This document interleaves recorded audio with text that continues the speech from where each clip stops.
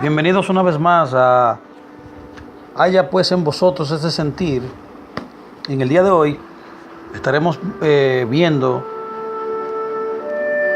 a un personaje extraordinario llamado Aristóteles.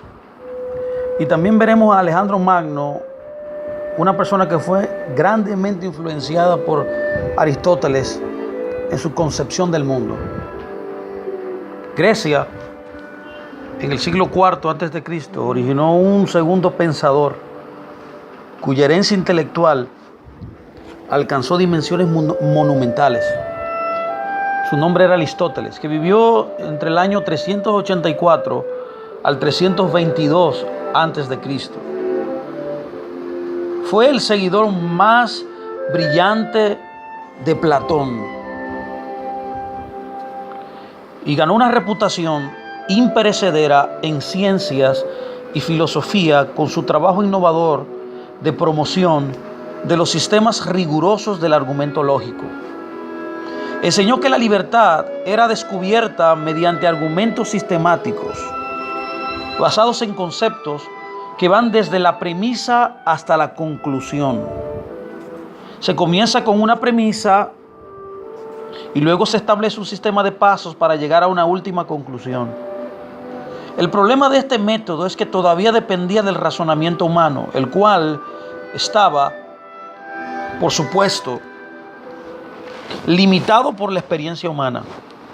Los dioses ni daban ni podían suministrar verdades, ya que simplemente estaban ahí para ser idolatrados. Esto está en total oposición a la lógica conceptual de la palabra de Dios, la Biblia, que analizaremos en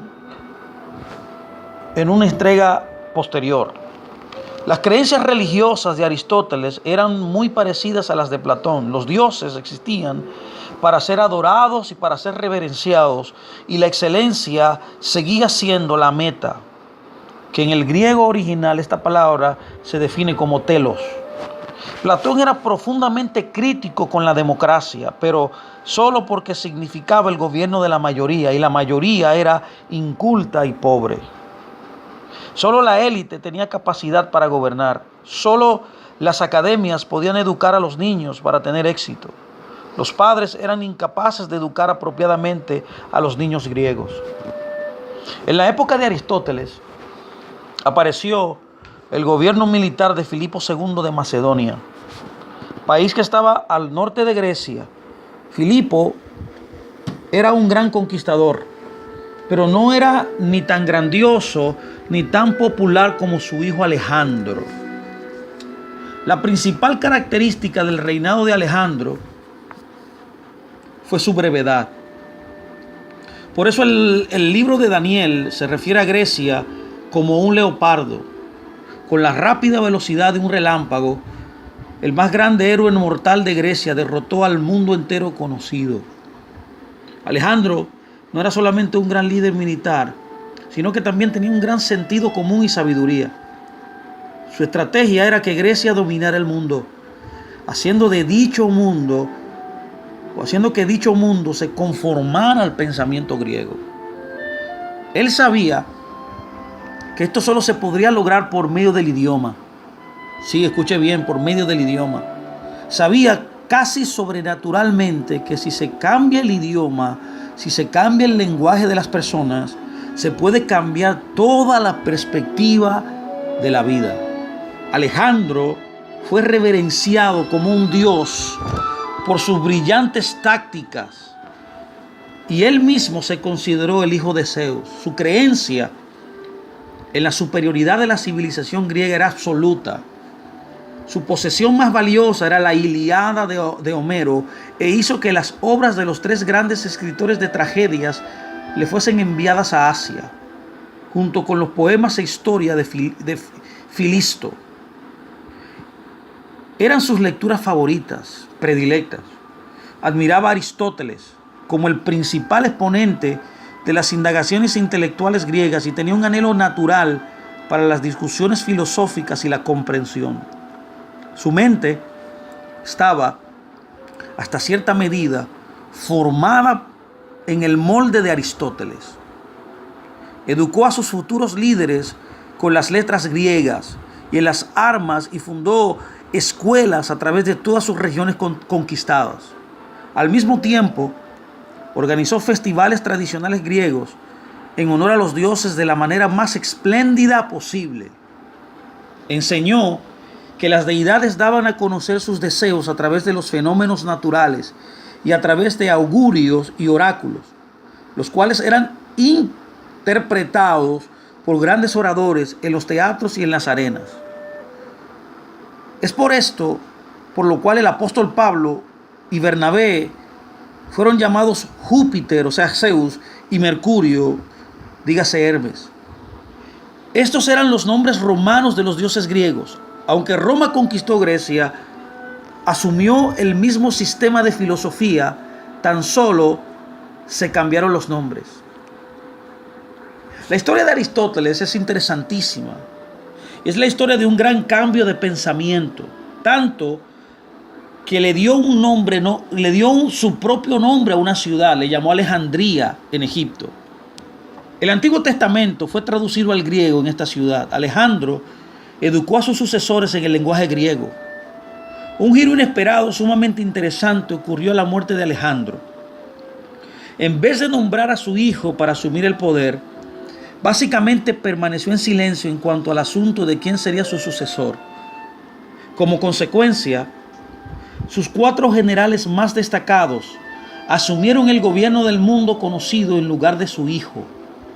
Estos 4 hombres fueron Antígono, su hijo Demetrio, Seleuco y Ptolomeo.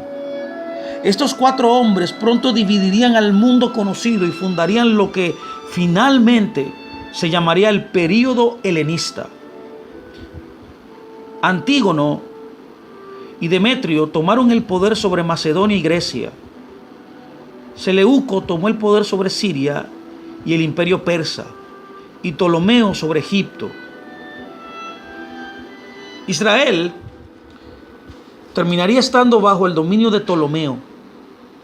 Cada uno de estos 4 reyes continuaron con la religión griega y sus procesos de pensamiento. Finalmente, cada uno de los 4 reyes, estos 4 reinos, caerían bajo los romanos. Cada uno de estos 4 reyes impuso la lengua griega koiné en su territorio conquistado. Como dijimos anteriormente, esta fue una estrategia muy inteligente de parte de los griegos, ya que el lenguaje moldea y define a una cultura. El odio pronto se transforma en lealtad cuando uno cambia los significados y propósitos de las palabras y tradiciones.